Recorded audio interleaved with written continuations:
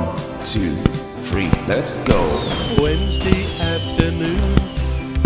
Oh. So, do you want to do the opening remarks for this one, please, bro? Yeah, indeed.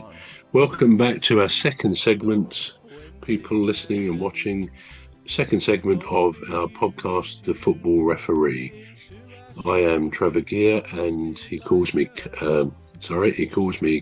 No, he doesn't. Sorry, a bit of editing needed here. I am Trevor Gear, and he calls me bruv. And I'm Emmy Hikins, and he calls me Cuz. Welcome to the second segment, the second segment of the Football Referee. That's it. Yeah, second segment of the Football Referee. Now, Liverpool. I know we did touch on it. We did touch on it a little bit. Yeah. So we did touch on it a little bit on the first segment, but Mo Salah is inevitably played his last Champions League match in a Liverpool shirt. How is he feeling? Yeah, I mean, he must be as conscious as anybody, I would think, that he's not had a great season form-wise. He's done a few good things. He scored the other day, but over the weekend, I think. But he doesn't seem to have been the player that we have known for a good few years in the Premier League. So, yeah, he's undoubtedly played his last Champions League game. I don't know whether he's indicated where he's going, whether he'll be going to Saudi. Maybe he has given an indication, but wherever it is, he's clearly going to go. And I think the crowd will thank him warmly for years of brilliant football and wonderful goals. The way he goes down that wing, cuts in onto his great left foot and curls the ball into the top left corner of the goal is quite phenomenal, his talent. So I suppose it's inevitable as players get a bit older that in football terms you do lose a bit of pace, and once you lose even a slight bit of pace in today's highly competitive Premier League, then that's going to show up. It's a bit like, if you get a tiny leak in a tyre, which actually coincidentally happened to me last Friday when I was in Brighton and I had a flat tyre on my car. That's another story. But if you get a slight leak in a tyre, it will tend to be exposed, or the antifreeze in the pipes. If you get a slight crack in the pipe, it will find a way out. And I think that's what happens when a footballer gets to that age where he loses half a yard of pace. He's not as good. He's vulnerable to those very quick defenders and midfielders, to the point that maybe he himself, or she herself, we've got to say as well, doesn't really think they've lost any pace. But maybe the viewer, the fan, just detects, certainly the pundits who know about these things, just detects that slight loss of pace, that slight loss of quickness of thoughts or physical reaction. And I think that's what's happened to him. He couldn't really go on season after season in the brilliant way he's been playing without there being some indication that, age does start to tell in relatively young terms of life, but not so young in terms of football. I mean, some of these new youngsters, I think Liverpool are playing now, this young guy, I forget his name, of 17, and he looks a tremendous prospect. So there are players who are in Liverpool and in other teams who are more than twice his age.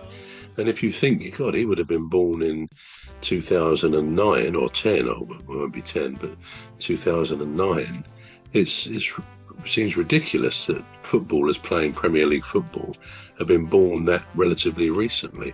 So, yeah, I'm not saying Salah's an old bloke who just is past it. Of course he's not. He can do a job for...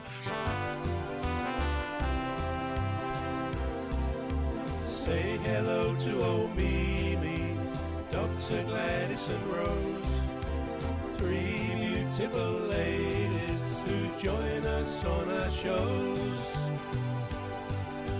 There's one other bro, sometimes joins us on the show.